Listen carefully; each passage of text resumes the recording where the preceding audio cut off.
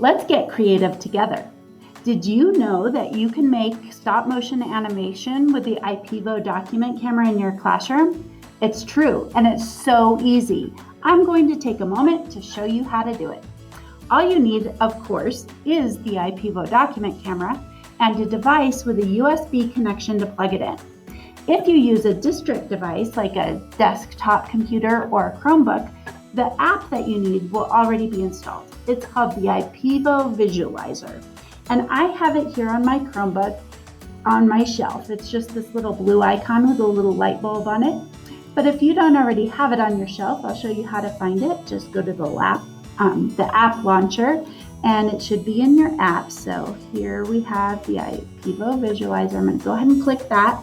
My camera is plugged into my Chromebook already, so I have it here just pointing down at the table, but with that adjustable arm, you can get it pointed wherever it needs to be, and it doesn't have to go just down. You can adjust that camera however you need it. And I'm just going to make a very quick, simple little video to show you how it works. I have my computer mouse here, and I'm just going to have it move across the screen there. So first thing I'm going to do is switch to the stop motion animation camera on this device. So you have your regular snapshot camera, your video camera, a time-lapse camera, and then this fourth one over with like the little slash marks where the camera lens is. That's your stop motion animation camera. The other one, of course, is a QR scanner. Anyway, so I'm going to select the stop motion animation, and I'm going to take my first shot just of the blank screen there. So I'm going to click, and that is shot number 1.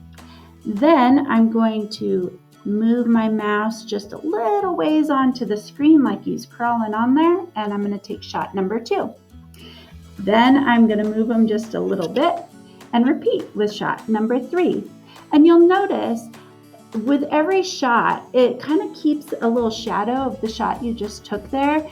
That way, if you bump it or move it and you're not sure where you were before, it kind of gives you a guide of where you were so you can get things lined up again. So now I can take shot number 4 and move the guy a little bit again, shot number 5. And then I'll speed up the video here while I go through the process of repeating this over and over.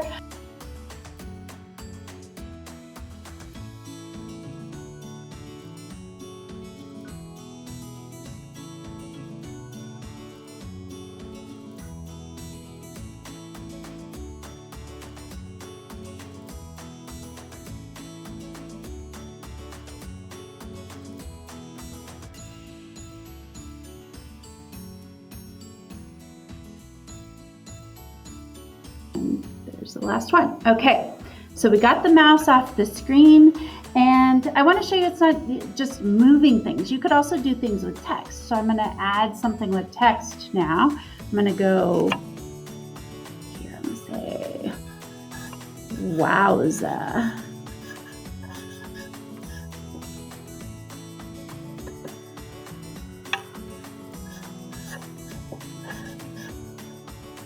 Have my words come on one at a time.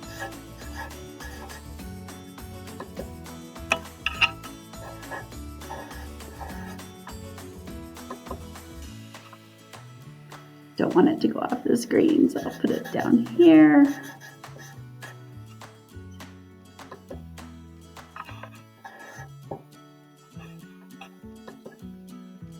Oops, got my fingers in that one. Oh well. Things you gotta watch out for, right? And there we go. Okay, so that's going to be the video. So now to see the finished video, we have 44 frames, and we're going to go ahead and export it out. It's set to 5 frames per second, but that'll be pretty slow. I think our mouse is faster than that. So I'm gonna set it to 10 frames per second and export it. And then it'll make it very quickly. And then you can just come over to the left side of the screen right above the green button where there's like a little gallery icon. So we'll click there. And then this is where the where the animation is, sorry. And if I double click it, I can open it up and see it kind of big here and press play and see the whole thing. And yep, there were my fingers real quick, but that's it. It's as easy as that. Imagine the possibilities. So many things you can do. And I hope that this has inspired you to think of some ways you can use it in your classroom for sure. Now to save it to Google Drive, I can just come down to this little folder in the right-hand corner and click, and then select where I want it to go on my Google Drive and hit save, and it'll be there right when I need it. I hope that this inspires you to get